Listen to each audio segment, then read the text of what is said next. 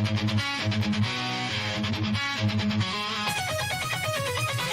up, grab your cereal bowl, pour some milk, let the cartoons roll. Every week it's a brand new show on Resolute Germs channel. Let's go! From zany laughs to heroic feats, villains, toasters, and robot beats. It's the weekend vibe, you know the deal. Cartoon dreams that feel so real. It's Saturday morning, the fun begins on Resolute Germs, where nostalgia wins. Every week it's a different surprise, adventure and laughter before your eyes.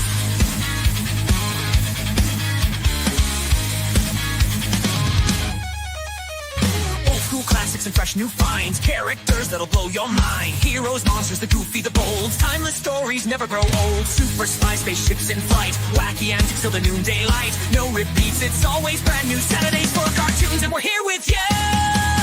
It's Saturday morning, the fun begins on Resolute Germs, where nostalgia wins.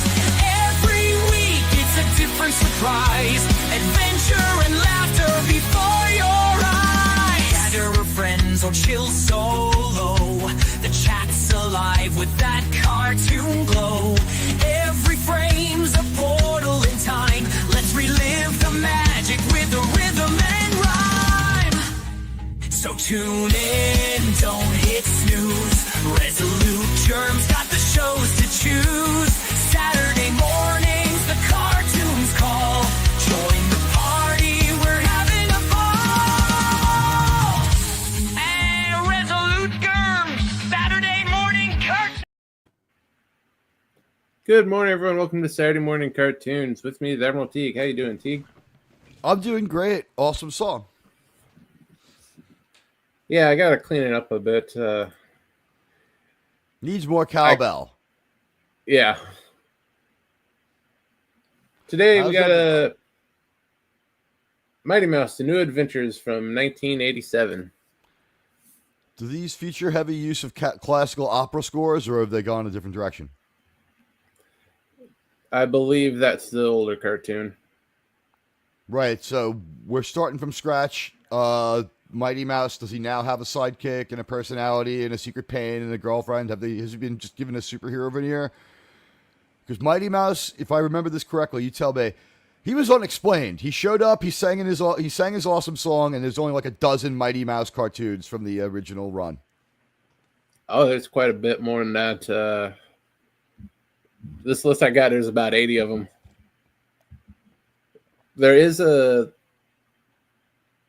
The run does begin early where he's basically just Super Mouse. He's Right. literally he's wearing Superman's costume with the symbol taken off. Right. And somewhere in the late 50s, they do actually start calling him Mighty Mouse, and the tune starts getting developed. The problem with Superman is that around 1950, he's in a life or death struggle with that, and they don't know who's going to win at the time. Shazam is fucking Superman up.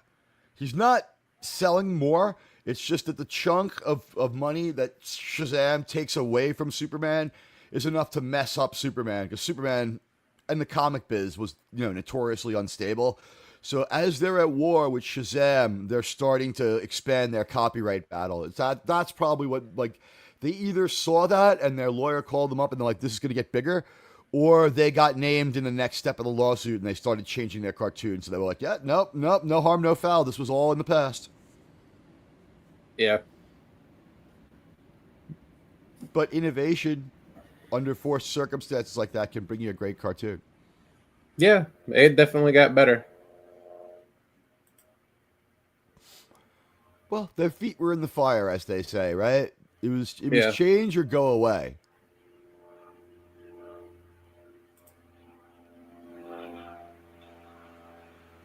So hello, everybody. Please hit those like and follow buttons for my pal Resolute Germ. And sit back and enjoy Mighty Mouse, 1987. I remember what I was doing when this cartoon was on. I was 3 at this time. Yeah, I was sleeping late because I was hungover from Friday night. I was like in early high school. It definitely looks very 80s. The colors kind of splashy, etc. Yeah.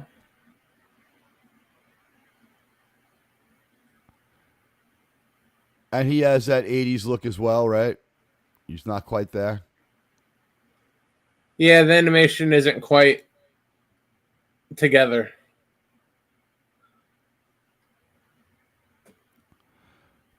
There's probably still some confusion as to what to do.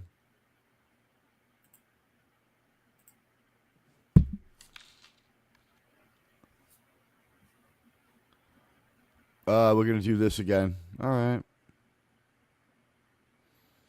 Did you start the cartoon yet? Yeah.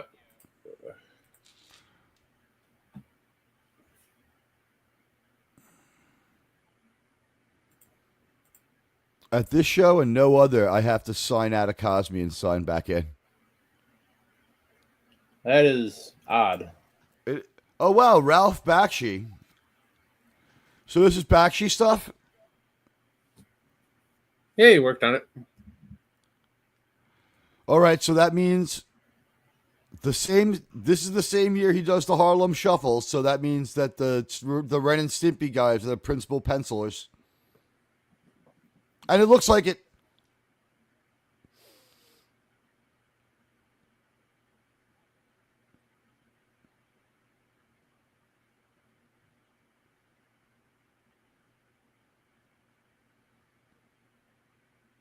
It's Jabberjaw.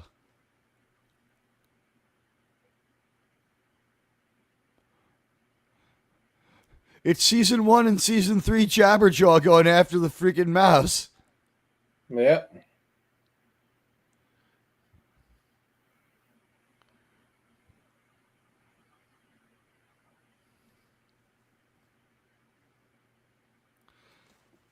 I recognize that voice.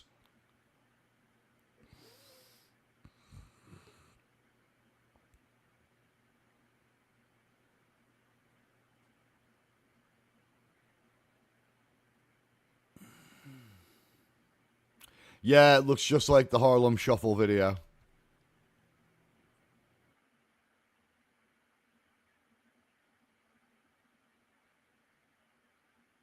It's Patrick Penny for Mighty Mouse. We've heard him do that voice before for other characters. It's very familiar.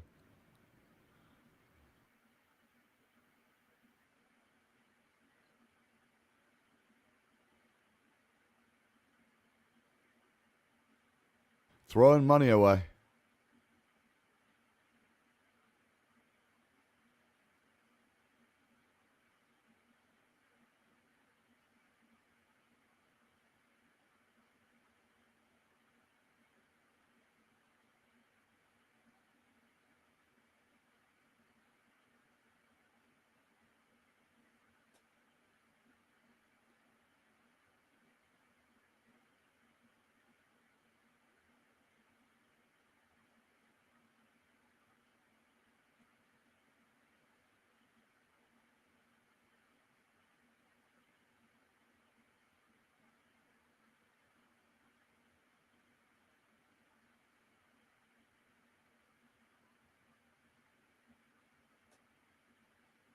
He wants to join Doomcock's fan club. Yeah. I got one of those by May too. You definitely see the similarities with Ren and Stimpy, the art style. It's only 3 minutes long. The song is terrible, but if you watch the video for Rolling Stones Harlem Shuffle, it's just this. It's this. Yeah. Did you see it once because it was a cartoon or something? Are you familiar with how off the I believe wall you it is? showed it to me before. They went too far. The Rolling Stones even just, it was supposed to be their last ever song, and it was so bad that they came back.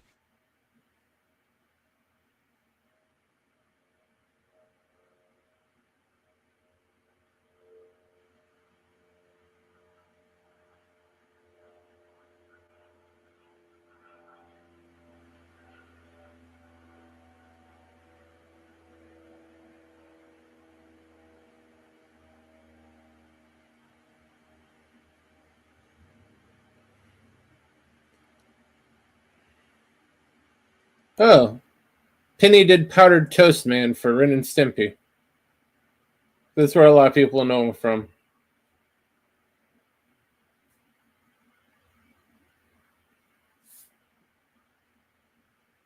I had been wondering if they reused the voice cast. I figured that was the case. I didn't nail it that it was Powdered Toast Man, but that voice rang a bell.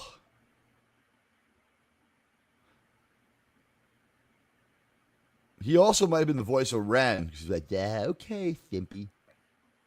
Well, I'm sorry, the voice of Stimpy. Okay, Ren.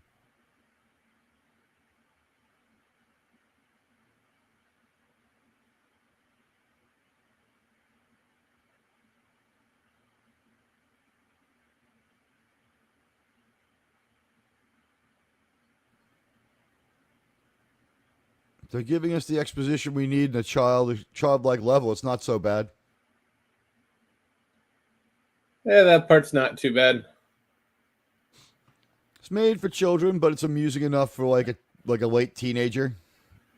Yeah. The art style is distracting, though. Most of the time.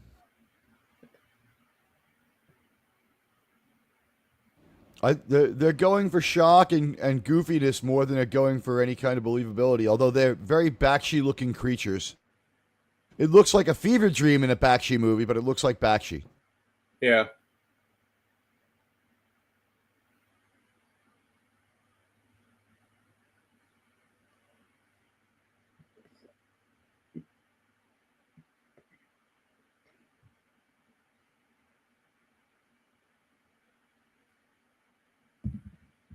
All of this was very Ren and Stimpy. Right there was a total Ren moment. Yeah.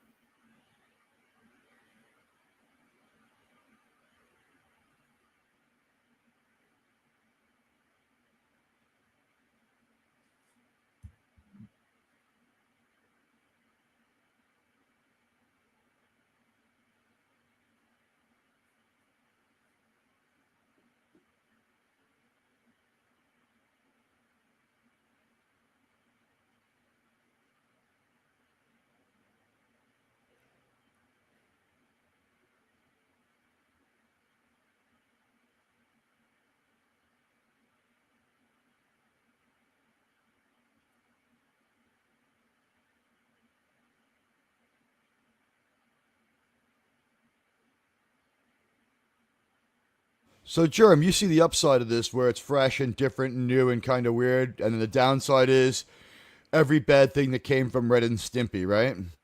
Yeah. Ren and Stimpy, high impact humor. They had good joke writers. The visualizations were good, but all of it was too much. And I guess the only way to put it is, as we watch this, you can see Ralph Bakshi getting ready to fire these fucking guys, right? I don't think he had time. They all got fired in the middle of the second season. It was the second season was probably finished, but you could see why. Like you could see why you'd be starting to get frustrated, and it would build up. Like Yeah. this cartoon it looks pretty cool, stylistic unification, but as you said, it's weird, almost distracting. It has that initial shock value, but Right. it wears off quickly. And once it's gone, it's no getting it back. Yeah. That's why they canceled this series after 6 episodes in the second season. I would say they were already looking for something to do, but yeah. And Mighty Vaz's voice characterization sucked.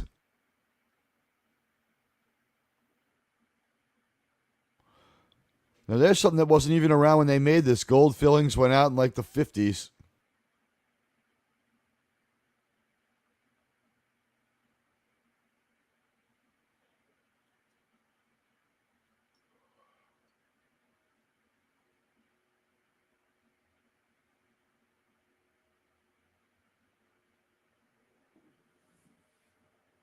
Oh, he really can't sing.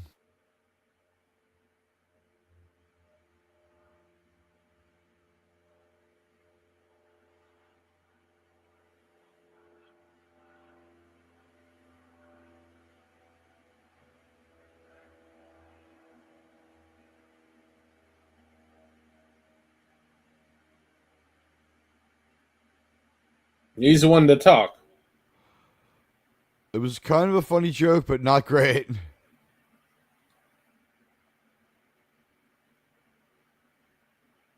I mean, he made that joke in a world that still didn't have a Miley Cyrus. Yeah. That's I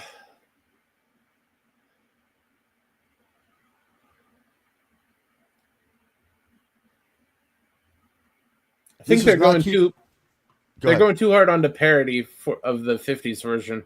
Yeah, that you know, it seems to be true in cartoons too. You can have parody, you can have a parody of yourself, but if it's like right out of the gate and you go too far, you subvert and destroy your fucking idea. This is like an episode 10 level of subversion. This is not right out of the gate. This is confusing tonally.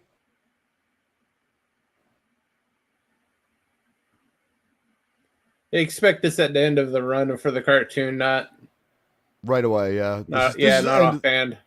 This is like starting to run out of ideas territory, and they're there in episode 1. They also seem like they're just hooked on being weird. Like, who wrote this? Red Letter Media? Might as well been.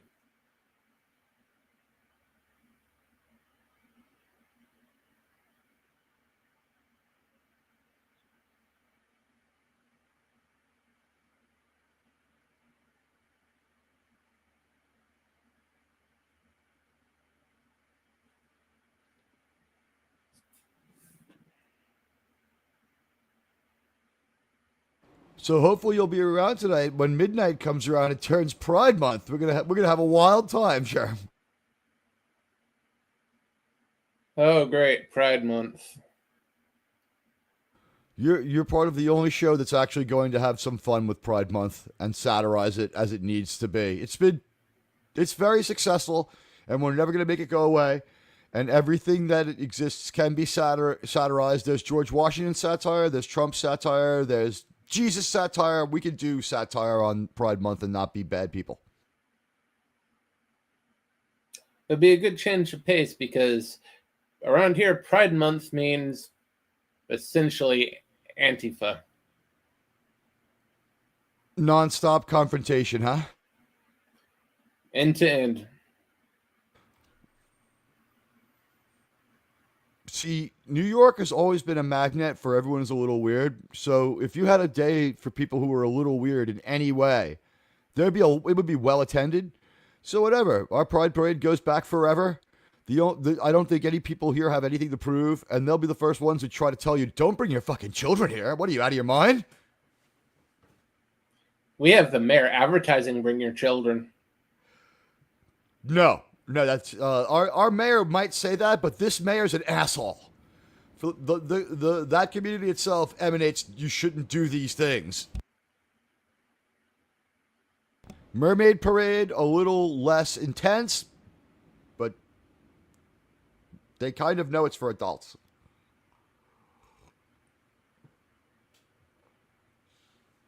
When you live at the destination point where people who like had to go because they were too different to fit in anywhere but a huge city, you don't have these liberation anger movements because all of a sudden you have now part of a large community that's just like you.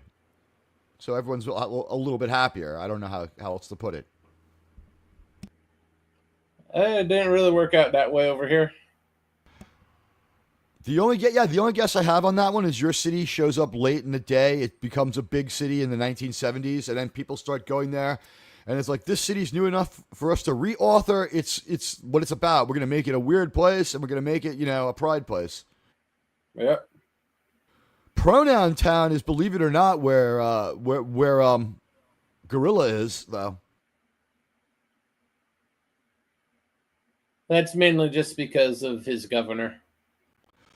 No, I was there in the 1990s when his governor was in grammar school, and I'll tell you right now, it was the number one destination to flee to if you don't live on the coast. If you live on the West Coast, you flee to San Francisco. If you live on the East Coast, you flee to New York. Remember gay serial killer Andrew Cunanan? The guy who killed Versace? The Twin Cities. He's from, he moved there, and he lived in New York, San Francisco, and St. Paul. Mostly St. Paul. St. Paul has the highest per capita, or did when I went there. That's not why I went there, but there was no not knowing it.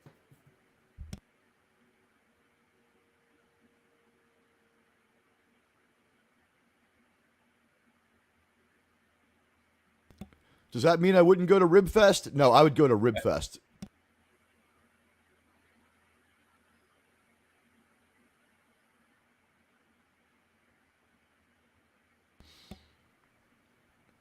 It was weird, Germ. I was there for 2 weeks, and the only black person I saw was Kirby Puckett.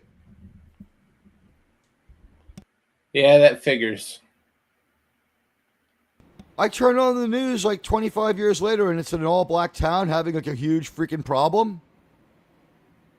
I wouldn't say it's a black town. It's a Parts of it seem to be, right? Somali town. Oh my.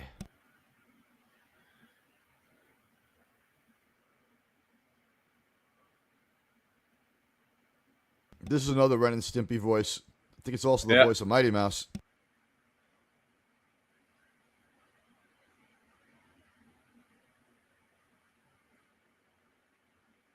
It might be the horse.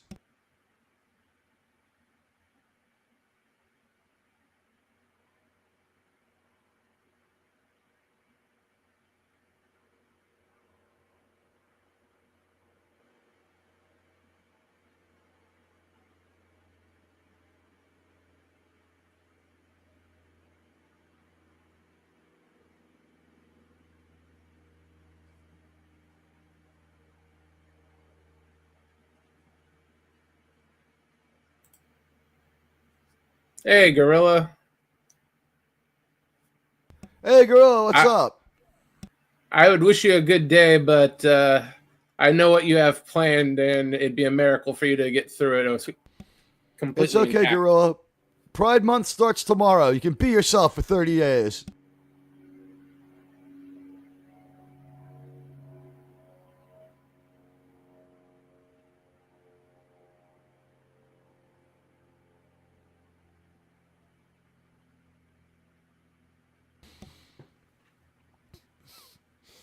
I was victim of a terrible, terrible, terrible prank last night, Germ. No? I went to go watch the Yankee game. I went to the bar for the first time since Super Bowl. And they said to me, Sir, the game is on Apple TV. We can't show you the Yankee game, sir. Well, that is horrific. Considering that tonight they play during my show, and then tomorrow I have to go to Mass, so the idea that I get to see the Yankees-Dodger game is ridiculous. I sure hope they wore their City View or Big League Chew uniforms so I don't have to fucking see those. That is despicable. Have you seen the Big League Chew uniforms? No, I haven't. Your team hasn't gone out there in weird pastels looking like a fucking gay softball team?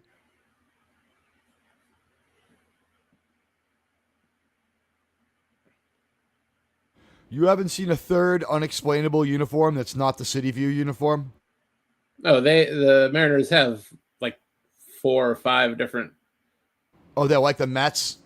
They have a whole cornucopia of it. I think the least creative team is the Detroit Tigers, just stealing the colors and most of their uniform right from the Mets. The hat, it's the Met hat, it's darker blue. They need to catch the bastard who went back in time from 1962 to 1902 and gave the Tigers that uniform, right?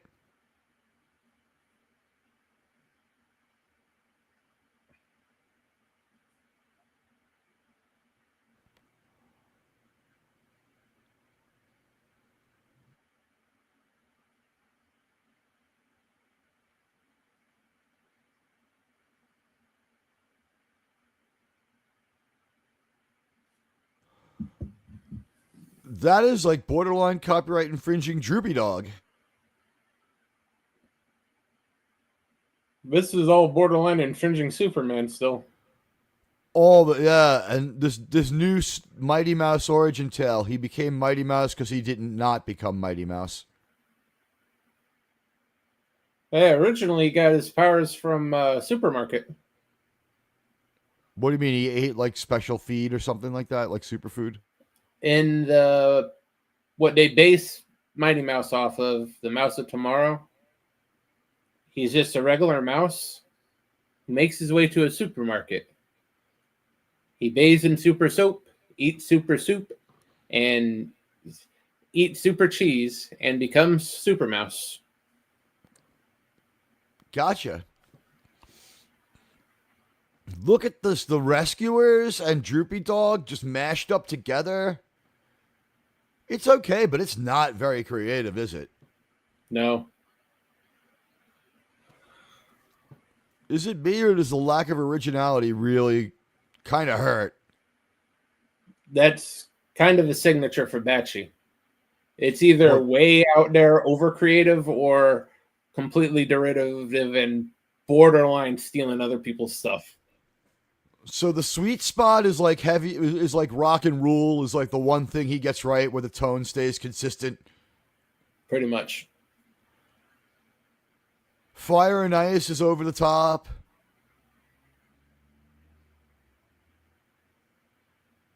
American Pop is over the fucking top.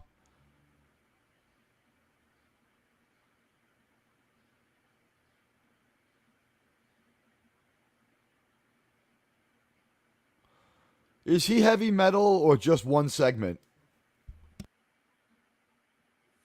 I think one segment of it. The Filmation people seem to have done some other parts. Yeah.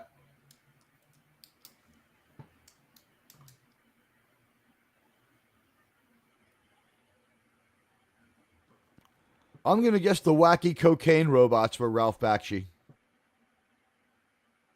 Might have been. They stylistically resemble his stuff.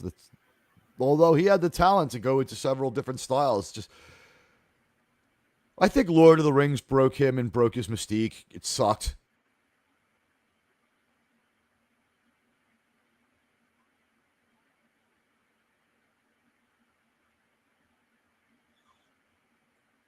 That episode wasn't as that part wasn't as bad as the first part. The episode improved. He's got Mighty Mouse right in his chest when he's still, so that he can't get any shit. Can you just do me a favor? Roll back the credits for a minute. Let's see if we see John Kay in there. Just we can watch it next time too. Let's see. Okay, so Tom Klein. We don't know who that is.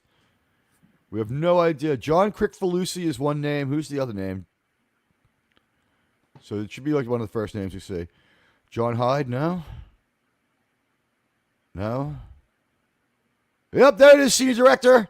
John Crickfalusi. Thanks, Germ.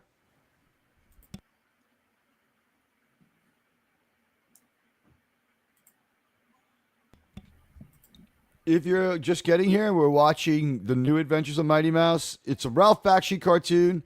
It's definitely interesting. It sounds like it has a theme from Rockapella.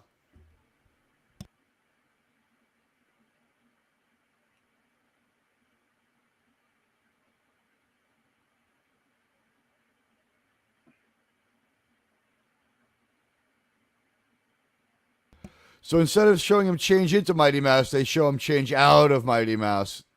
Yeah. It's Yeah, these are all near cut. These are all like court mandated. You can't do this, but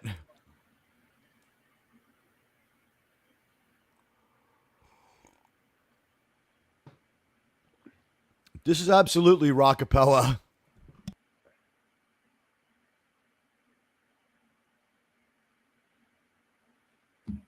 Mighty Mouse's voice might be singing the lead.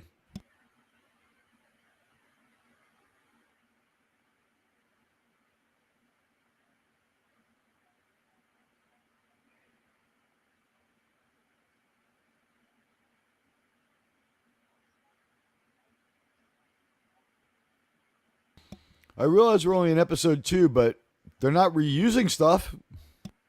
yeah, that's a good part of it. Hanging out for these But yeah. cartoons has showed me a good deal about what separates a good one and a well-made one from a bad one. Yeah, by the mid to late 80s, the reusing scenes kind of fell out of fashion. I think it They had didn't been really need to do it too overused. much after like 83. Technical improvements, or because people were just so sick of it they were hearing about it? Man, there was enough money being put into stuff like G.I. Joe and Transformers where they didn't really need to reuse scenes to save money. And we're on a pause from the Flintstones at this point. Hanna-Barbera was moving into the feature. Feature-length They're getting, cartoons, or do they change their feature names or lengths. something? They're getting feature-length cartoons more in the 80s than series. What are their feature lengths? Like, would it be like Land in Time, the Land in Time, or whatever it is? Land Before Time? No, that's Don Bluth. Bluth's shit. I know it's Bluth, but Bakshi clearly like has these people who do the illustrations for him. He's not that involved in this, for instance. Yeah. At the time, Hanna-Barbera was doing a lot of Flintstone specials, like Flintstones and Jetsons, the Jetsons movie. Right. The Jetsons movie did well. They had like 4 different Christmas specials for the Flintstones. That I don't remember, but it's destined to do good. This it so visibly looks like Ren and Stimpy, even the color of the sky, everything, right? Yeah. Is Ralph Bakshi just sitting around saying these guys got to go? I need new trainees. I need a new protege. I don't know. I think Bakshi would have been happy with this. This fits his style a lot. So you said these guys simply outgrew him, and they're like, someone offered us a crap ton of money after that Stones video. See you later, Ralph.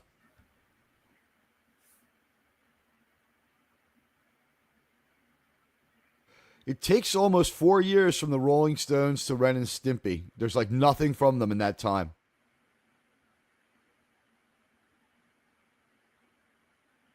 Though what? There's 10 in Ren and Stimpy's, right? Maybe less. About 10. Maybe as few as 6.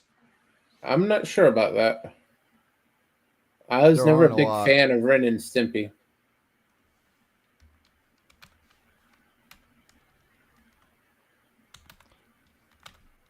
Let's see here. Well, I'm not a big fan of Kylo Ren. Let's see. Ren and Stimpy. Shit, Ren and Stimpy was 5 seasons. That's, you know what it is? The original run is like 7 or 8 cartoons. Then there's a Nickelodeon Ren and Stimpy that is not as edgy or anything. It's just they just signed away the rights or something. Space Madness, Untamed World, and the other 4 or 5 first season ones of the shit. They're that funny.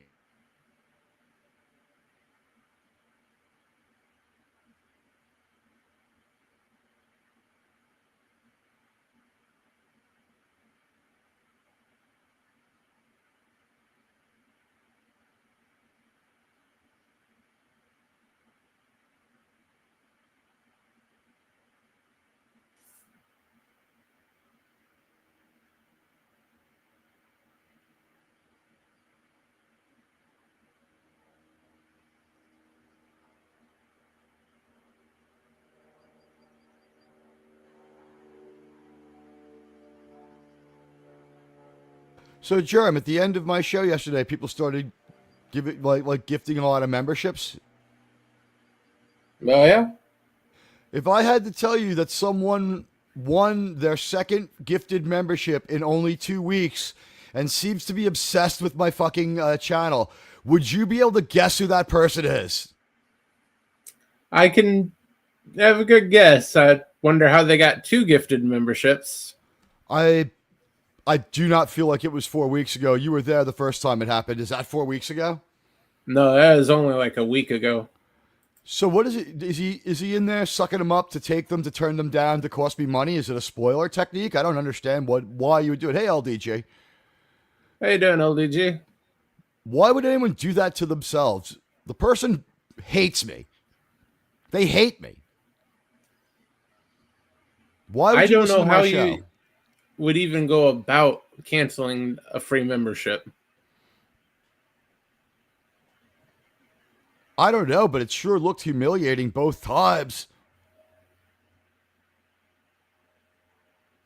I would say I don't ever watch the channels of people I've gotten to the point where I'm tired of. Sometimes not watching the channel gets me untired of them. You know what I mean? Yeah. There's a couple of channels that I just started watching again because I needed a couple of weeks off. I didn't quit them. I was just like, nah, let's wait till they have something more to say.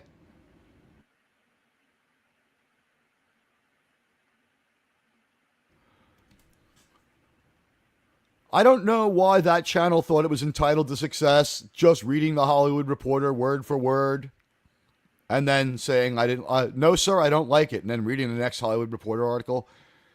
I could see how that wouldn't be entertaining.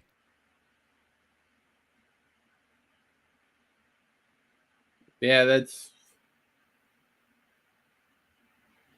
Oh, Limburger, that's bad. Lindbergh, Quicksand, they come into every cartoon. Yeah.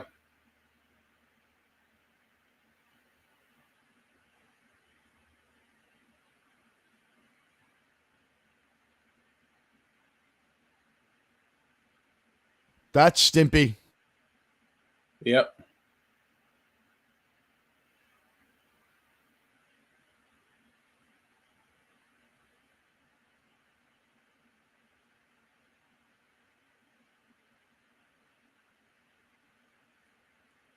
This is the rent they can get away with in 1987.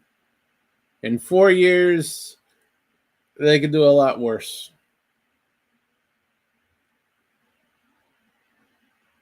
The first season of Ren and Stimpy's on MTV. They did whatever they wanted.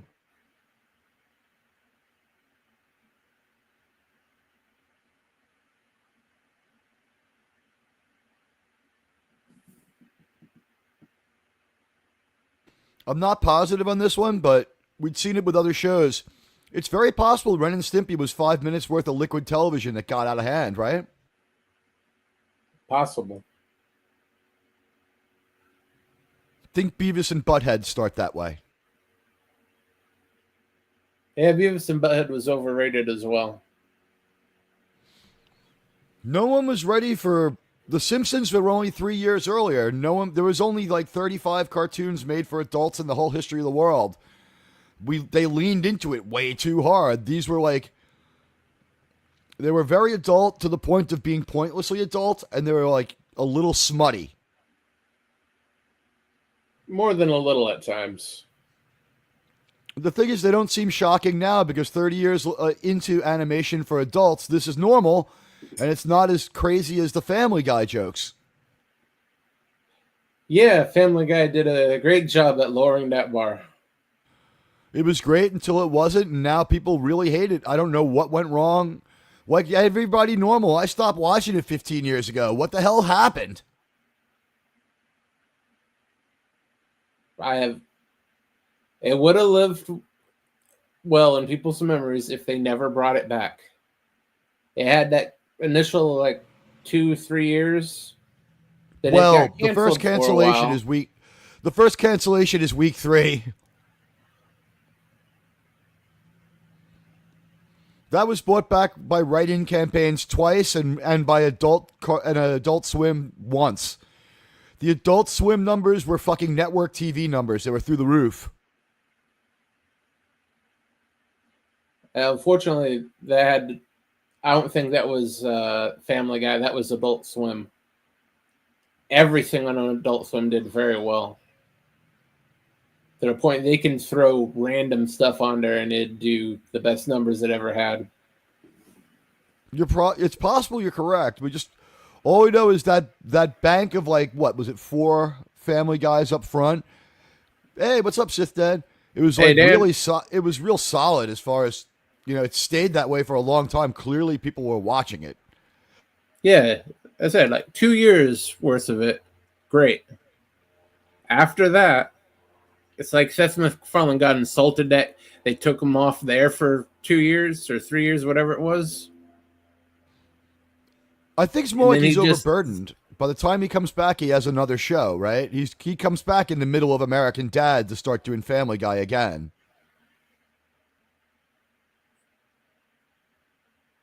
I don't know. That's probably a little generous. I think he just got a little bit pissy and decided to go all out. Seth MacFarlane's reputation has taken a beating since season 2 of The Orville was only okay, and season 3 of The Orville has been a pipe dream for 5 years now.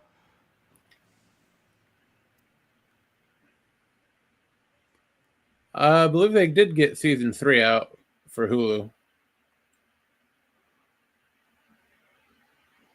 Wasn't aware. They had the first 2 seasons on Fox and then the third one on Hulu. It was a significant step down from the first 2 seasons.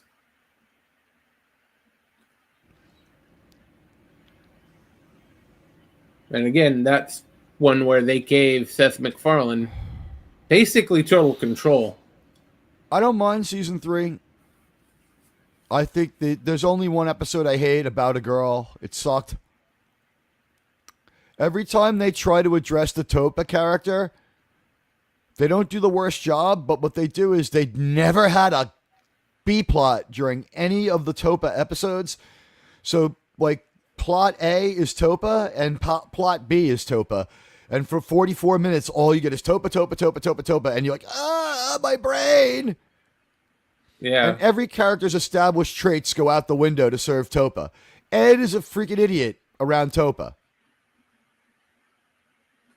Like, he default is a little bit of an idiot, but, like, he was good with staying military. He was good with having good plans. He was good with not being a total moron. With Topa, oh, yeah, you can go to the planet that's in danger and hang out there by yourself, little child. Here's a spaceship. Yeah, it wasn't... It was a very Star Trek idea for them to go for, but I think it wasn't really... they weren't really ready for it. And the world was tired of that kind of story. The world got tired of it. If they had kept it to the Mocklins and the Mocklins didn't have a kid, the world wasn't sick of that. The world did not want a story about a trans kid.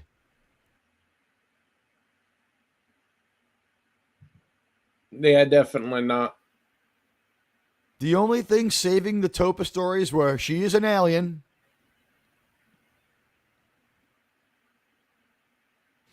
And they hold that out as weird for the aliens, too. Yeah.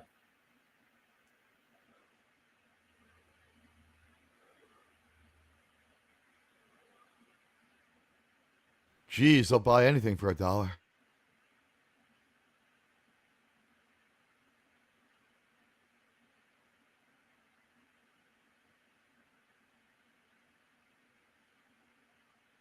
That's going to cost a lot more than $1 to fix. No, that's a trip to Europe.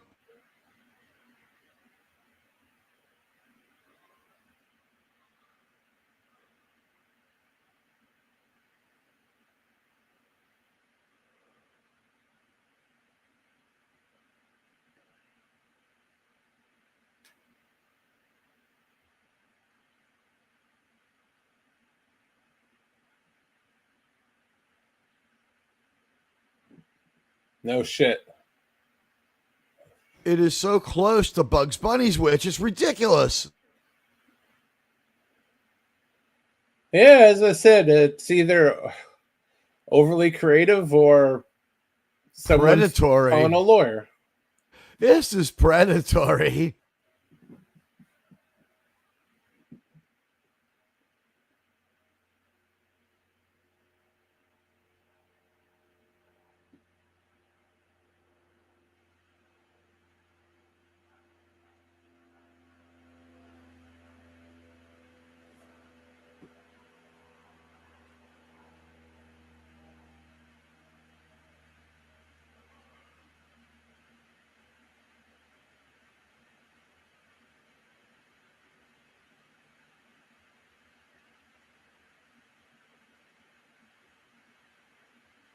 I think the only thing that would save them on this witch is the Warner version of a witch has become so stereotypical that they can get away with just common. That's how witches are commonly made.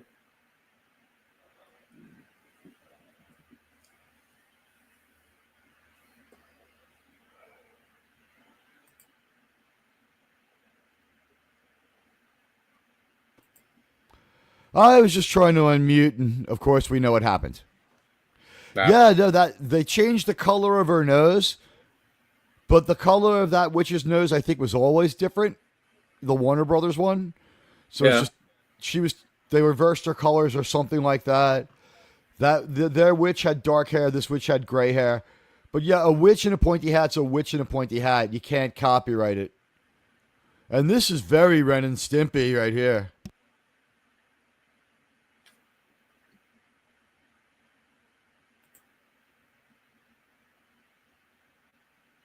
Well, you almost spelled witch. You almost spelled it right. It's a B instead of a W, says Dan.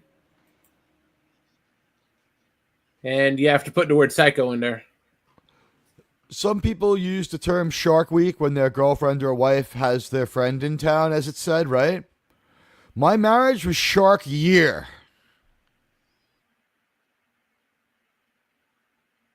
It's a miracle you survived. Did I? Did I die and maybe this is hell? I'm not sure I made it out of that in one piece. I just know I stopped thinking about it. Now this looks like the beginning of Bewitched a little bit.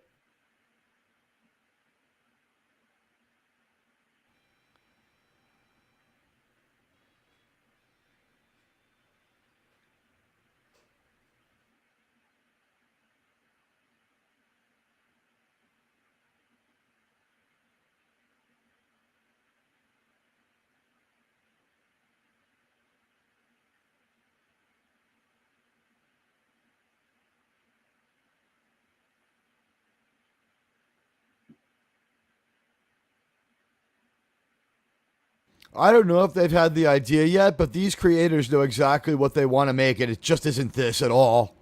Yeah. This was a I got a rent check due type of job for them. Oh, this is a good paycheck, and I don't think they screwed up.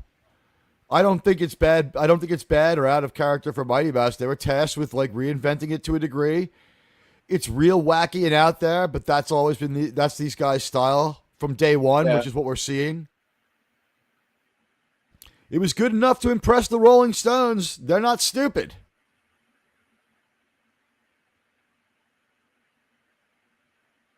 They are pretty stoned, though.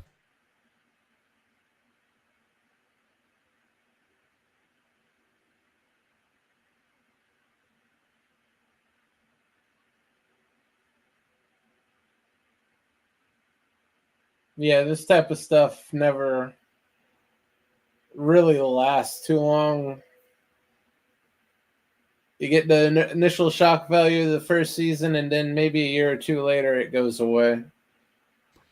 I feel like all parties had their eyes open, but I don't know. Yeah, they knew it wasn't going to last. I'm thinking this meeting was like, here's a standard 2-year contract with an option for 3, with a standard 2-year deal with an option for 3.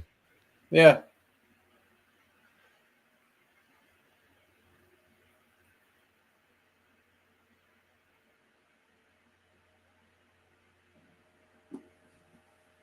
And I imagine when they let these guys go, it was something like, you know, that we won a bunch of awards for the visualizations and the characterizations. It was a really good reboot as far as that went, but it's not catching on, costs too much money, and we've renewed our copyright by making some stuff, and we don't need to go any further. Thanks, guys. And they were like, oh, all right.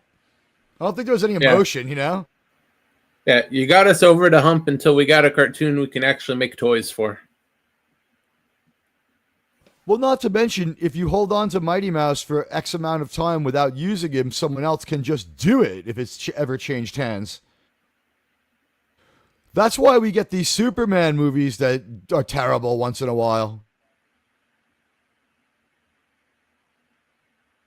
I mean, they're good for 35 years after fucking Justice League. Why they're making another one is beyond me. Especially one that looks that bad.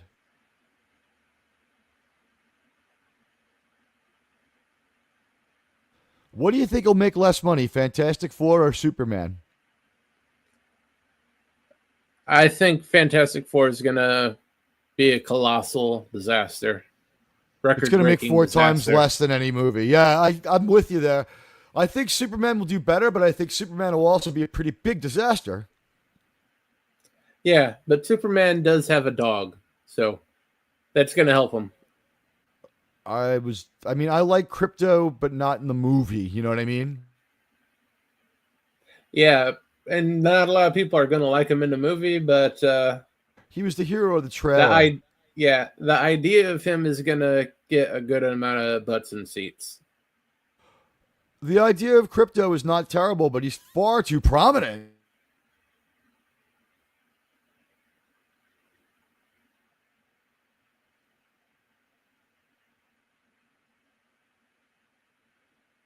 In the 2 trailers we've seen, Superman gets saved by his dog and has his girlfriend screw his head back on right. That's Superman now. Yep.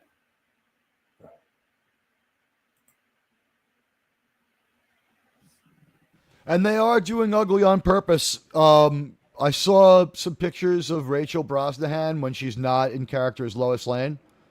She's non-ugly as Lois Lane. Her show is Miss Maisel. Have you ever seen it? No. It's over now, but it was Amazon or Hulu. It was okay.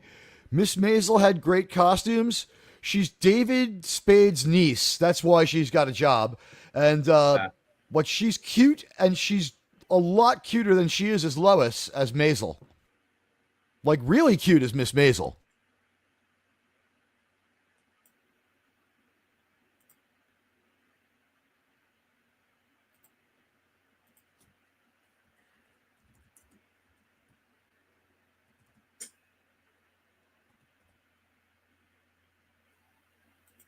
Yeah, I think that Rachel Brosnahan needs to be strongly looked into, Germ. Did you know that not only is she related to David Spade, but she's David Spade's brother's daughter? How'd she pull that off? Well, thank God she doesn't look like David.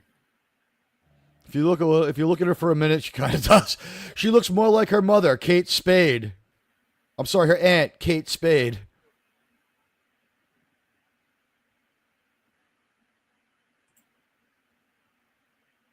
She's niece to David Spade and Kate Spade. Yeah, she ain't great looking, but she's not run over by a car like David Spade. Here's the thing, she's a lot better looking than Margot Kidder.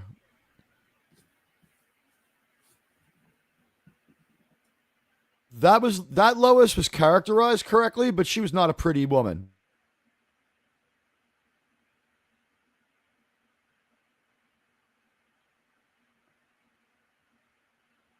Was Margot Kidder just a party animal who'd do anybody? Is that how she got the job? Quite possible. All I can say about that, Lois, is she was an okay actress.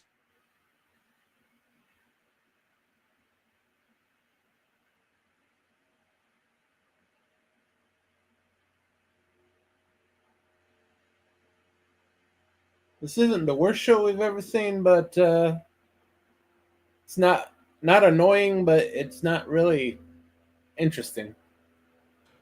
When they mark time, they just don't bother being interesting. They're marking time. And wow, Purple Batman is right on the edge of getting them sued too. That narrator voice is the Ren and Stimpy narrator. Yep. All right, now they're just blatantly fucking weird.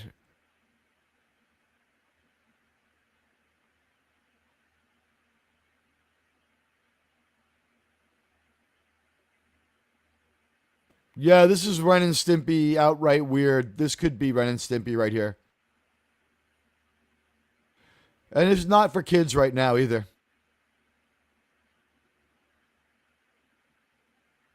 Wait, The Tick? I would hope not. Yeah. I wonder if they're in on the ground floor of The Tick, which starts the cartoon. Because the Venture Brothers and The Tick are the same shit. This would be about the right time frame. The Tick is 96, 97. But I mean, we're getting there. If you figure it's 3 projects away for them, the humor is similar, right? Yeah.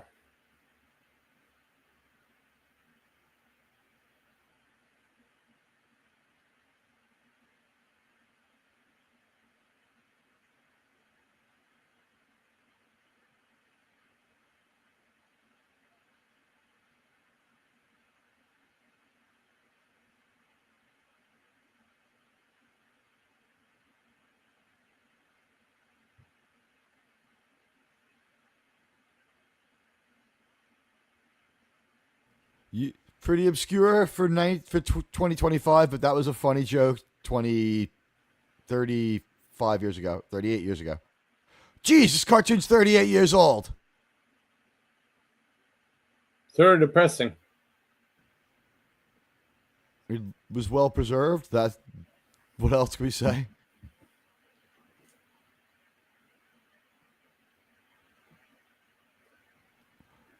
Wow, nothing in this just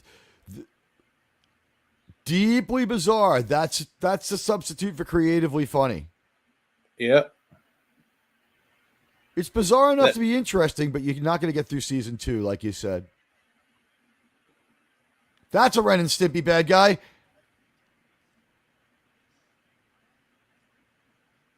That one guy is powdered toast man without the powdered toast head. And that giant baby, we've seen that before. Yeah. Or we've seen that since.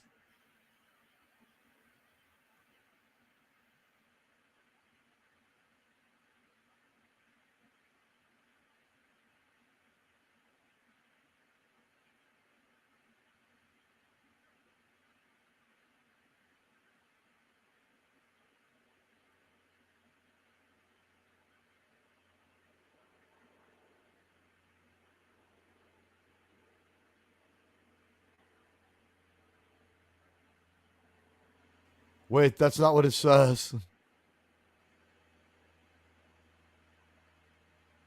Is he hallucinating or they just showed us whatever? Yeah, they were just a little lazy on that part. Fine with me.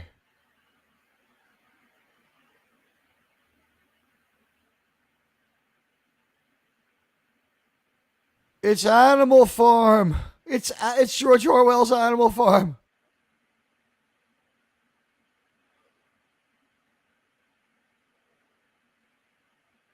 It's a commie farm animal germ. Yeah. Bolshevik bull.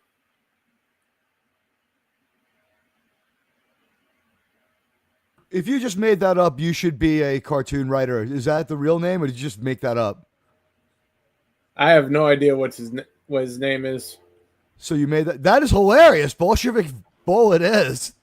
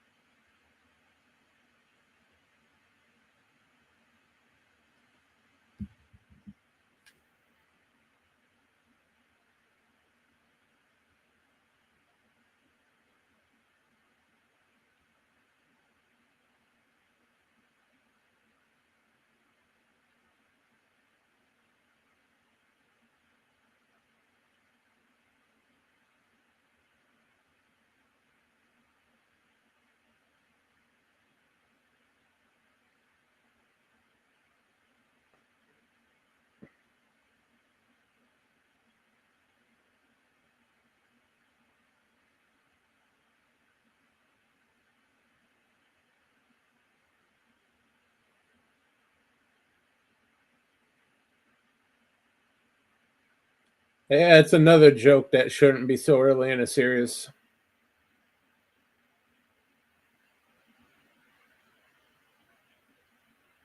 It's another Ren and Stimpy voice.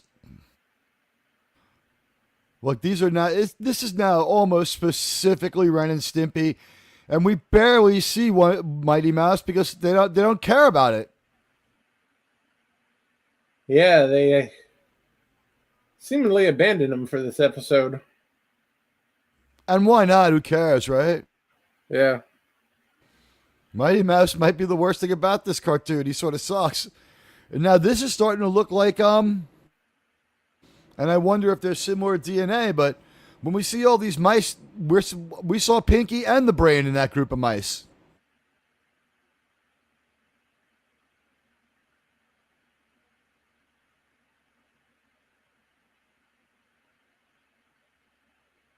Utterman. What's weird is this cow is trans. He gives milk, but he's male. Look, it's Patrick Star.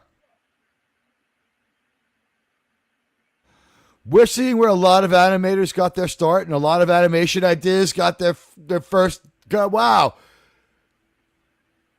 It makes sense because 10 years later you got freaking SpongeBob, right? Yeah.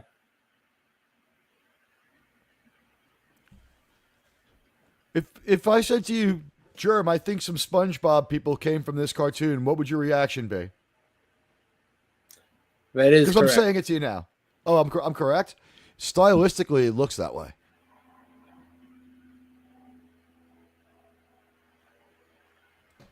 How am I doing on usage of the word stylistically? Have I cut down to an acceptable level or am I still overusing it? You've cut down quite a bit. It was designed to be that way.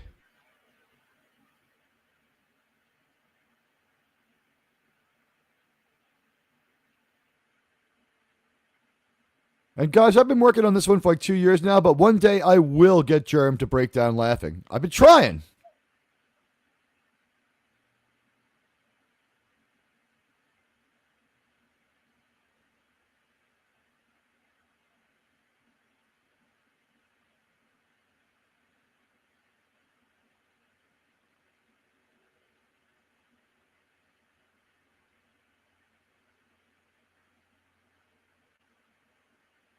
As far as connections to SpongeBob, Okay. the voice for Mighty Mouse Penny did a lot of work for SpongeBob.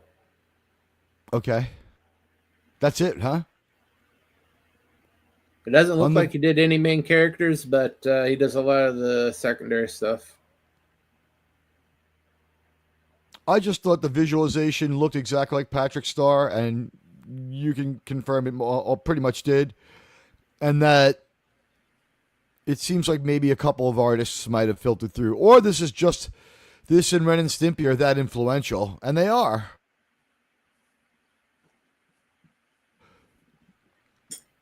You know more about this than me, so I'm going to say something and you tell me agree or disagree.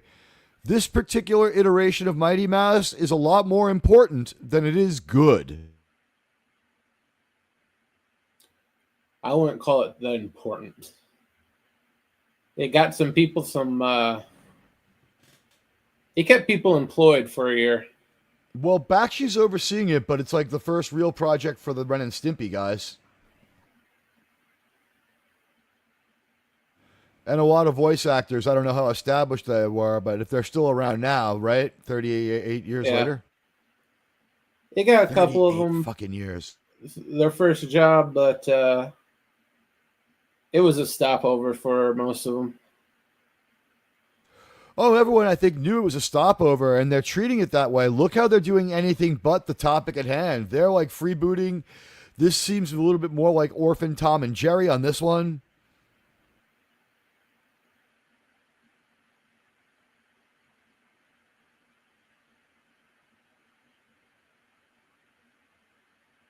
Misspelling of the word meese.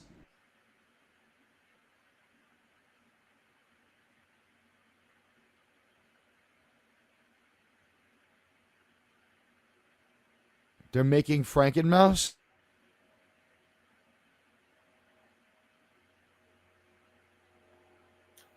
I can only assume. I now know why you cry.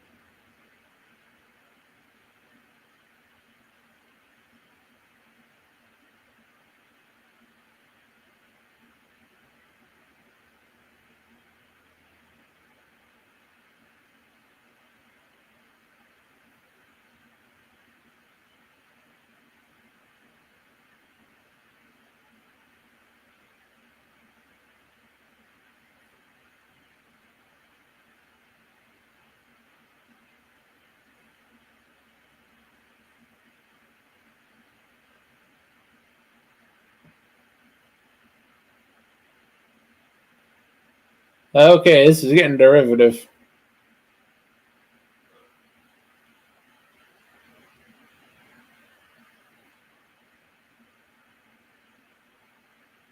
I think we've degenerated to the point where they're not even trying to say anything. It's like we need to like throw let's play character Arama so we have stuff for our portfolio, right?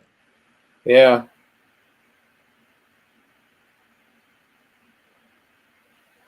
This is full a half hour of airtime so we can plug some commercials in.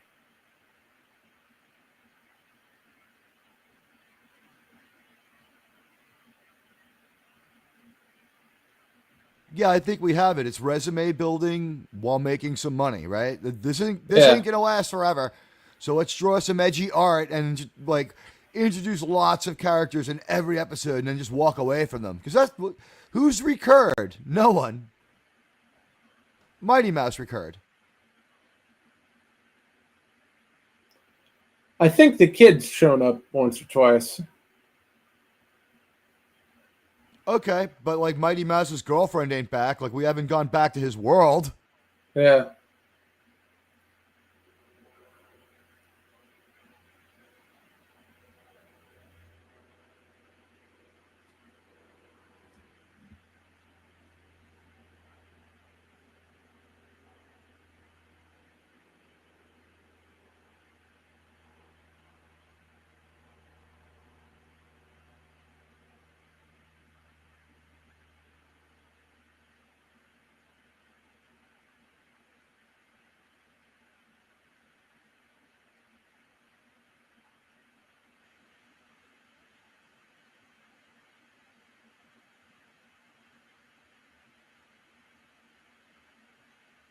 Oh, that's why this is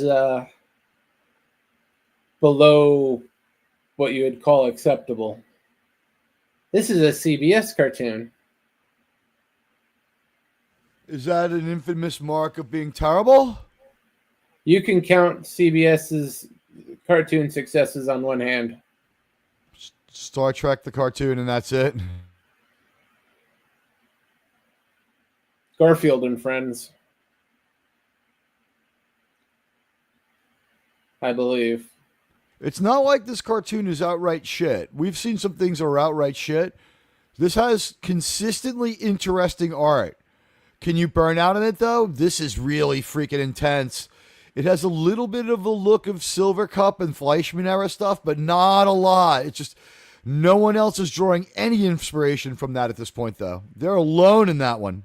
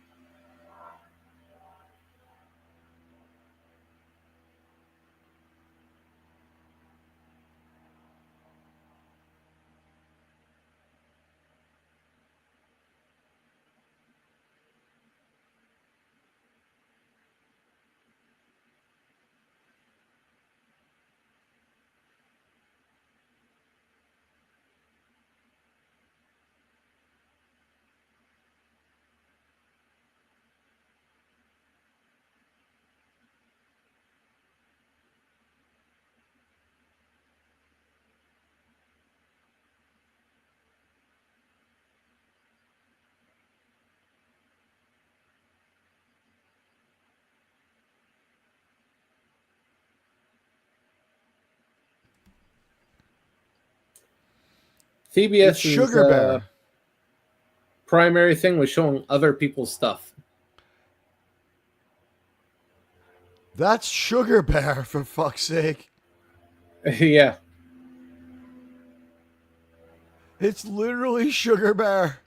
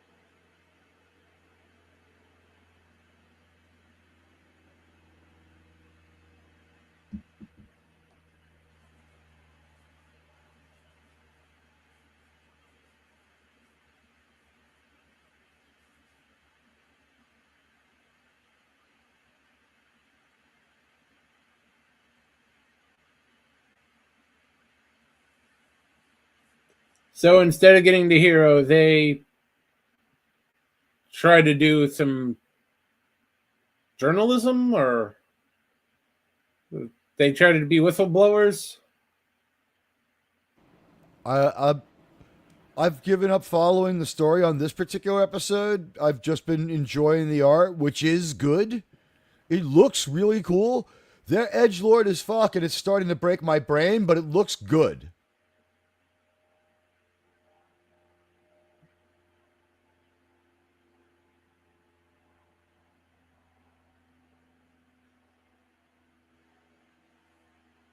I may have gone a bit too far in a few places. Yeah, they definitely went a bit too far.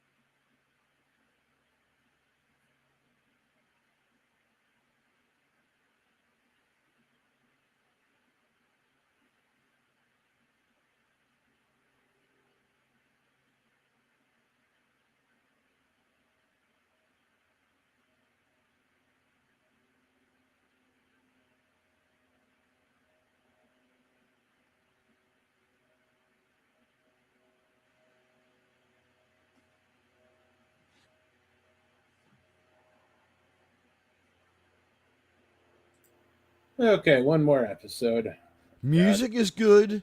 Episode length is like really just right in the money. Pacing is terrible. Stories are all over the place. This is portfolio building. They're very aware that at best it makes it to season 2. They're very aware.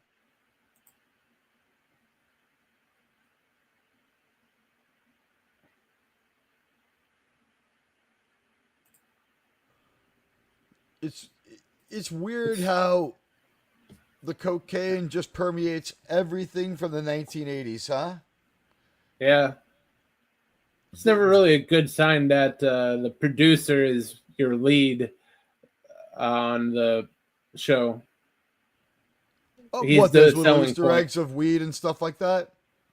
No, it's called Batchy's Mighty Mouse and New Adventures. Oh. That might have You, been oh, copyright mandated. yeah. When you're advertising Patchy Animation Presents as your lead part of it, not the best suggestions that it's going to be a great show. They're coming off of like 3 successful movies in a row, though. Lord of the Rings sucks, but it makes a lot of money. Yeah, but you don't want to lean so heavily on a producer or director's name like that. It's a shiny object, and they're going to hold it out there because they paid for it. I guess is the only way to look at it. I guess, but He's hotter than Mighty Mouse right now. At this moment in time, Ralph Bakshi is really, really red hot.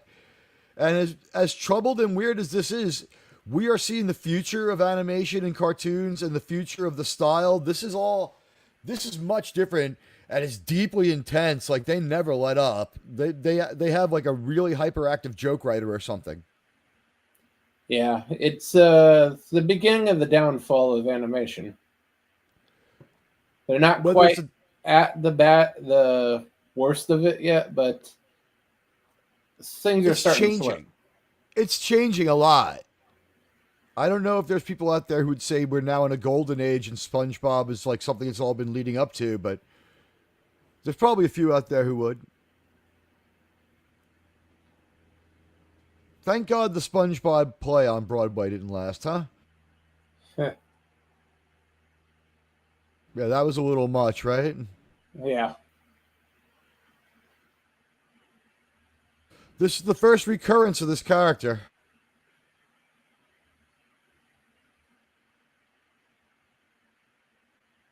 And of course, Mighty Mouse is being manhandled by his girlfriend.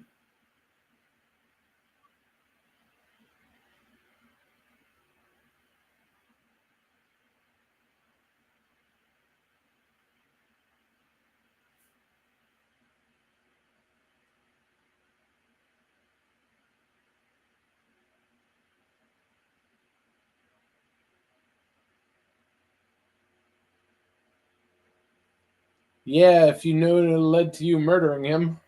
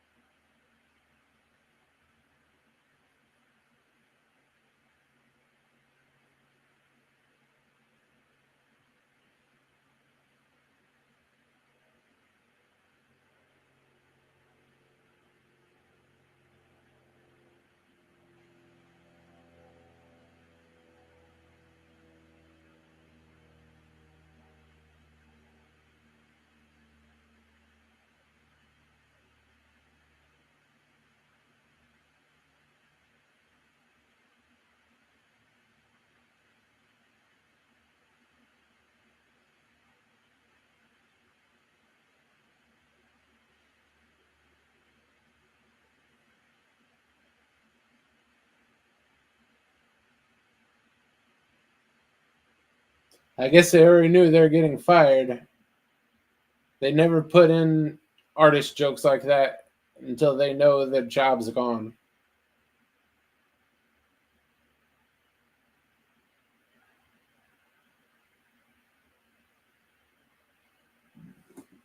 The contract was written on magician's flash paper. They knew exactly where it wasn't going. You know what I mean? But Yeah. on day one, they're like, we need to make this or we lose the copyright. Just make whatever you want. Slap the name on it. Because I would imagine there'd be hesitation.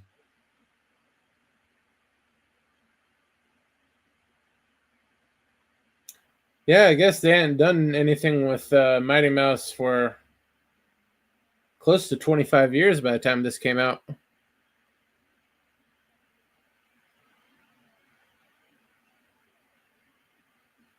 And if more than one person has the right to make it, or he's sitting, or you picked him off the trash heap on a bargain when the company went under, if you don't use it in a certain amount of time, it reverts back. Think about Fantastic Four with this. Yeah.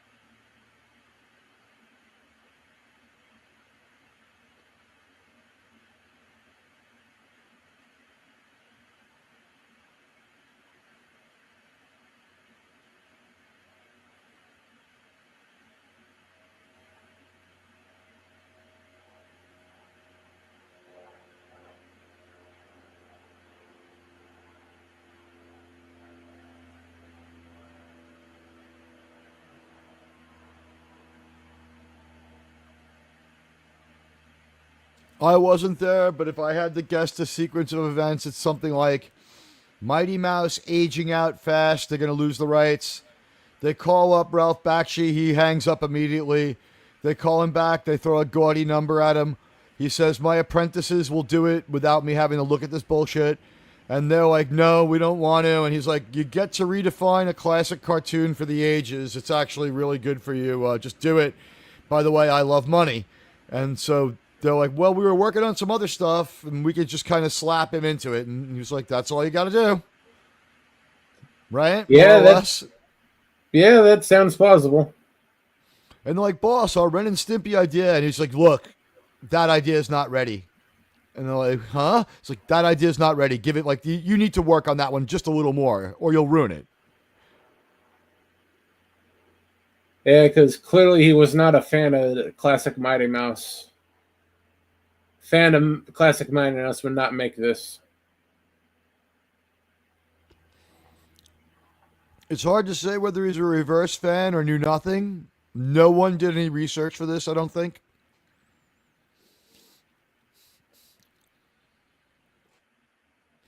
This was made before you could just pick up a remote and watch whatever you wanted. He may have had to do this just based on some sketch art, you know what I mean? If it wasn't on in the area he grew up.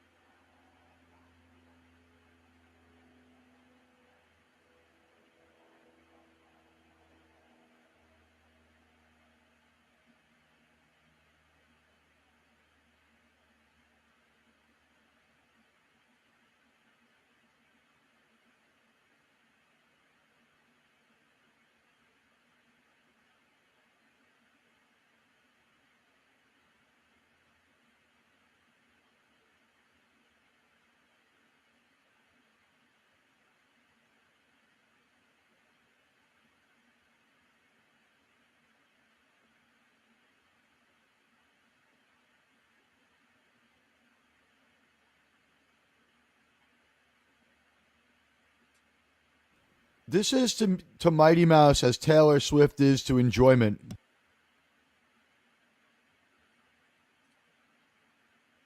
Yeah, it's that bad. Just like Taylor Swift, it's marbled through with a few things that aren't hugely terrible, but it's not good. Like Taylor Swift, she's non-ugly. You can't call it anything else. She's just non-ugly. Taylor Swift sort of can sing. I don't like her music. I don't like her music, but compared to Katy Perry and Miley Cyrus, she really has a good voice. Yeah. The bar is so low. 4.7 out of 10. Yeah, maybe less, but not a lot less.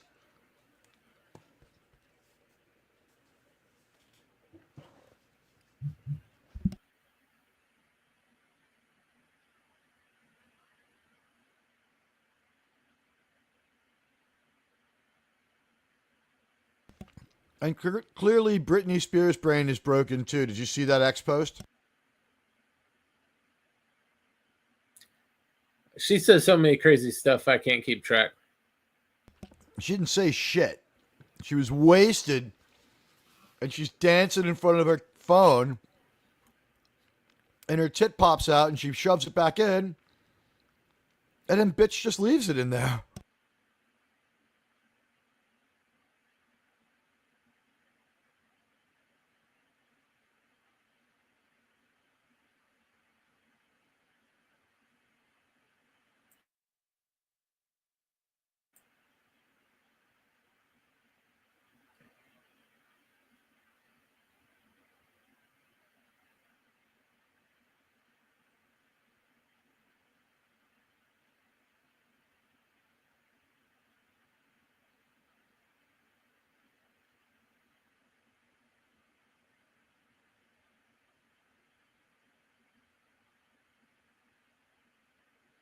I can hear the writer's discussion now, right? We don't want to do this, Ralph. Remember the first thing I taught you. We love money. That's right. Now go do it. Okay, boss. Yeah. This is if we had to do this more than just 4 episodes, there'd be a problem. This is nothing but a resume. This is nothing but a resume for another job. It's a pitch to make another cartoon. Look at that. We've seen that character in Ren and Stimpy too. Yeah.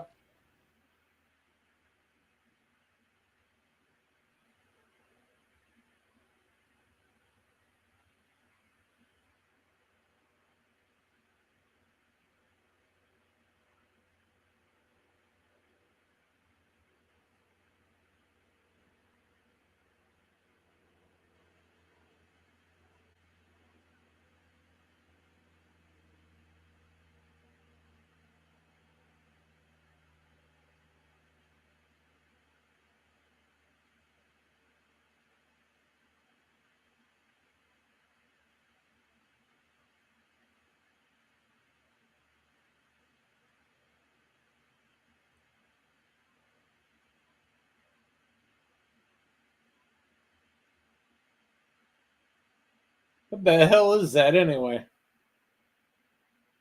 I don't. Another refugee from Ren and Stimpy. Isn't it great to know that somewhere in the world there are people whose lives consisted of waking up, blasting a line, taking some mushrooms, and working on this all day? Because this is what I'm getting from it. Yeah, the 80s were a hell of a time. The Bolivian marching powder is keeping them focused. The mushrooms are giving them the ideas.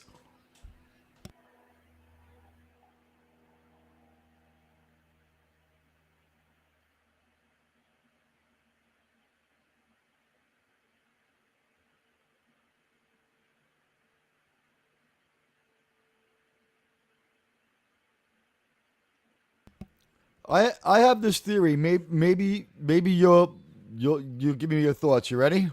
And this is Superman the movie. Yeah.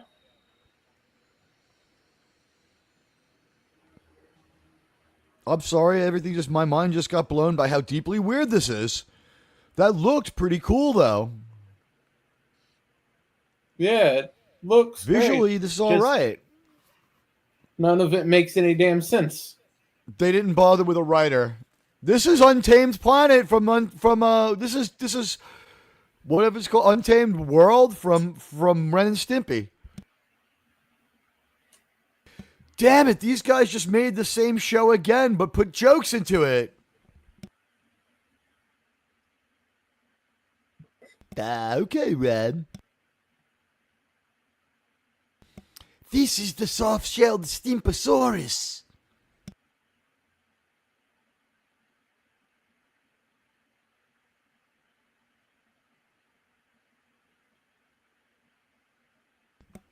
Yeah, this was a real weird, like when they dropped off the bag of money for this cartoon, that was a real weird exchange. It was just like, we need you to do this, and they're like, no, and then like they opened up the briefcase and showed them the money, and they're like, we're listening, and they're like, we want you to make this. And like, fuck you, we make Rolling Stones cartoons, and then they put another briefcase on the table, and they're like, we'll do it, but we're doing it our way, and they're like, we don't care. Go ahead. Yeah. Briefcase of money, briefcase of blow. That's all it took to sell them. Or 2 big briefcases of money and your own imagination, right? Because once you got the money, as Tony Montana says, first you get the money, then you get the Yale, then you get the power. Yeah, let them buy their own blow. I got a hilarious chatter in my stream yesterday. I think I know who it was, but a person showed up in my chat calling themselves the Latino Craft. Oh, I think I know who that was. They were just softballing me one joke after another, too.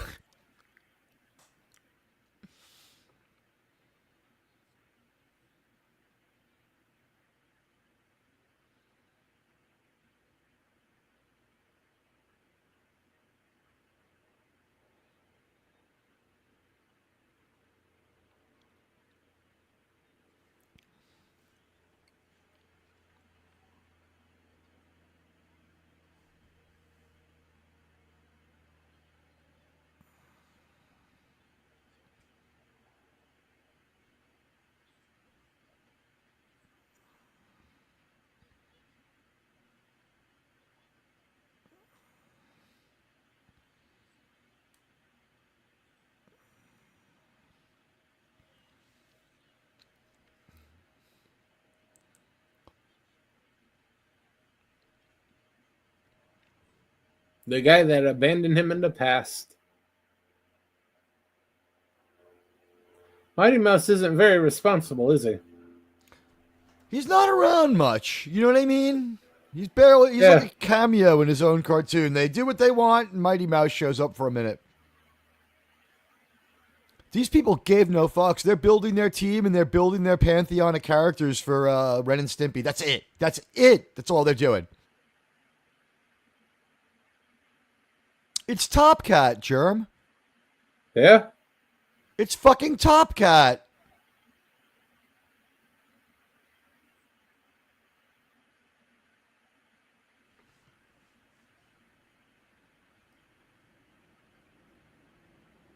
This is the first time we're reusing a background badly. It took a long time to get here.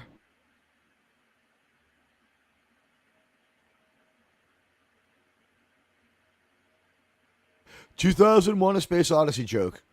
Who is this show even for, bro?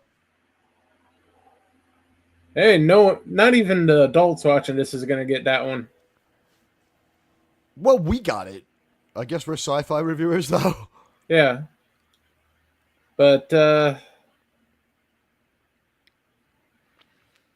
like, what? I don't know how to explain this. Well-rendered, well done, well drawn, well thought out, executed, and edited. Terrible idea that sucks without any effort put into the story at all. yeah, it's, They just weren't going to hire a writer. They pocketed the writer's money. Yeah, they just freeballed it. They're like, we need to fill 20 minutes.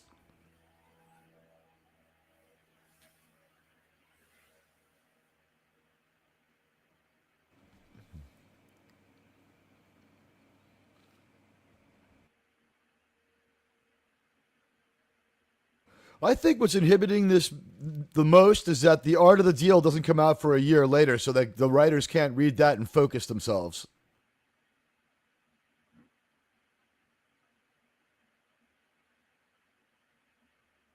They weren't big on making sense with this, you know? Yeah, they need to find something that hyper focuses them. Maybe Ritalin. That's the problem with Ren and Stimpy, right? It's really innovative. It's really funny. People love it, but it's so all over the place and dedicated to being weird more than funny. Yeah. It's actually a miracle they got 5 seasons out of that. They're only really the guys who really make it, in my opinion, probably are only in on season 1 and 2 before it changes in character and becomes more generic, acceptable, and tame. Oh, actually, Ren and Stimpy got worse as it went on. Oh, did they self-destruct their own brand by leaning way too hard into what was already an extremist idea? The time it was on Nickelodeon, it progressively got worse and worse. Like they kept leaning into it to the. They almost got worse and worse. By the end of it, they were insinuating the Ren and Stimpy were homosexual. That was from day one, though. The first few seasons, it was toned down a lot. So what you're saying is they threw away the rules that made them fun. They forgot they were on Nickelodeon. Either that or they were like, Nickelodeon's going to change to be like us. And it's too early for Adult Swim, right? Tonal confusion? Yeah. Not total confusion, tonal confusion. Because originally Ren and Stimpy came out at the same time as Rugrats and Doug. Right.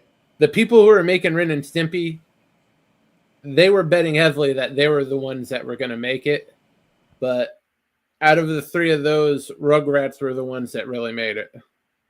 They simply had the cartoon that appeals the most to adults, whereas Rugrats had a more appropriate idea for the market. Yeah. Because this cartoon would be big with weirdos who take psilocybin like me and, like, you know, animation fans like you. It says it all, right? Like, that's their audience. Psilocybin addicts and animation fans. Yeah, It's a pretty small slice of the pie, but they dominate it.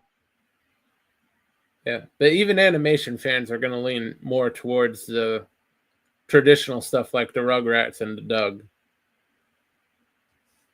And we are done with that. As weird and rude as you said it got, I'm not surprised. It doesn't sound very good.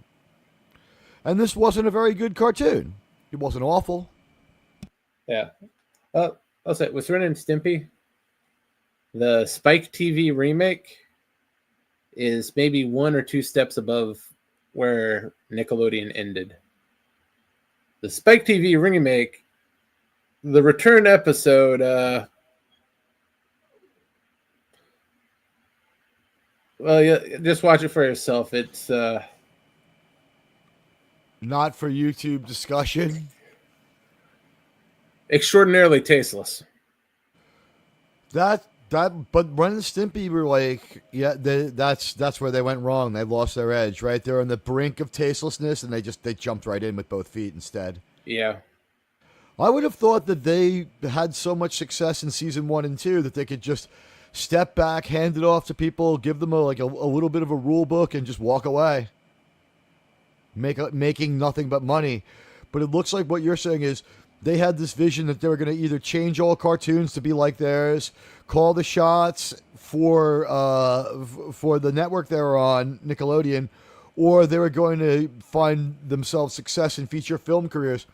Maybe, I don't know their ages, but it would seem to me like it just all came too soon and too easy for these young animators. Yeah, I think that's a fair assessment. They thought Ren and Stimpy was the next big thing, and they're kind of just the asterisk in the history books now.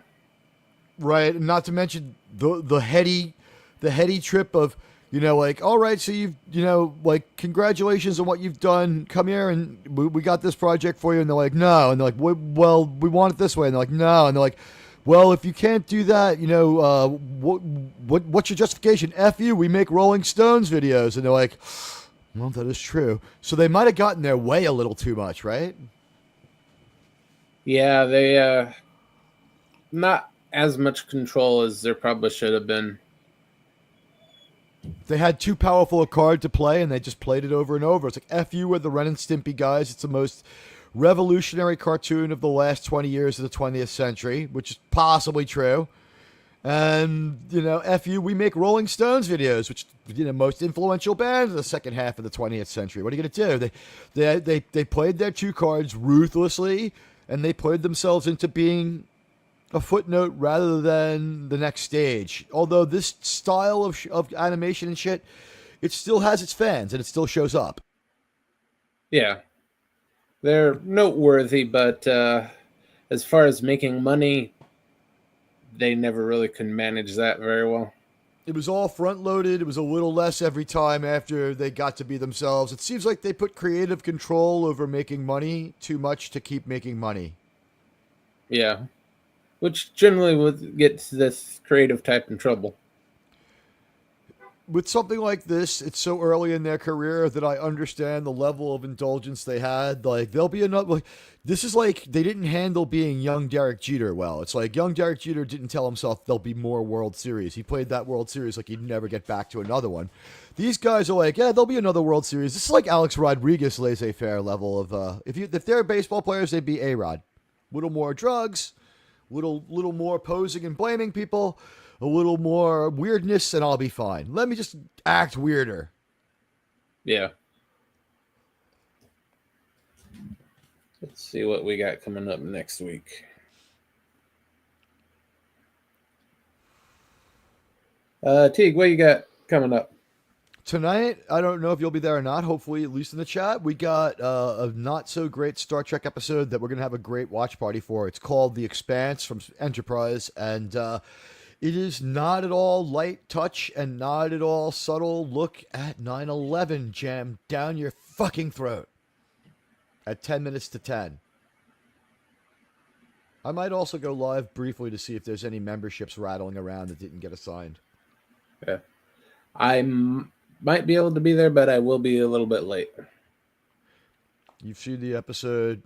If we get even 5 minutes of you, it's 5 minutes more than we deserve. All the Star Trek fans will be lucky to have you there. Your insights are great. And next week we have something infinitely better than this. Spider-Man and His Amazing Friends.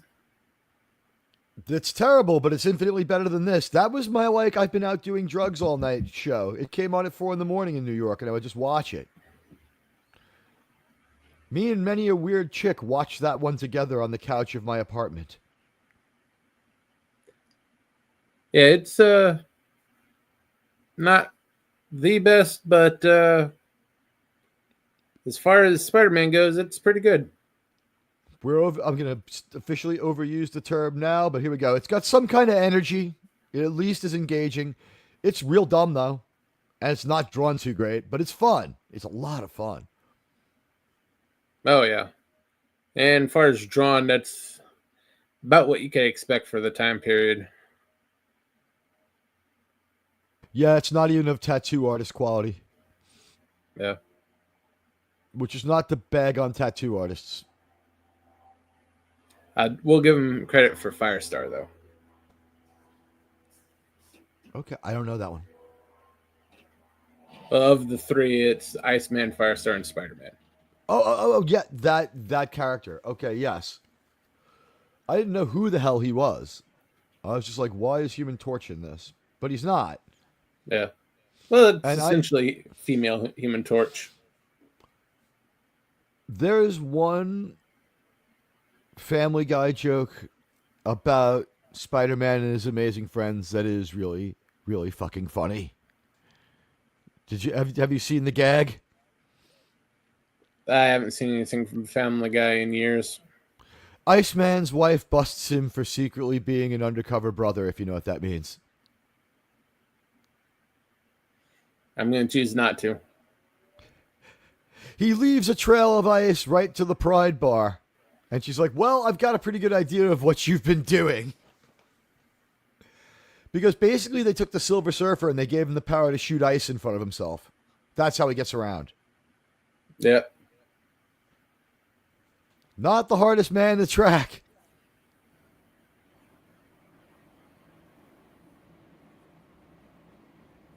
But that'll be next week, and that's going to be a good one.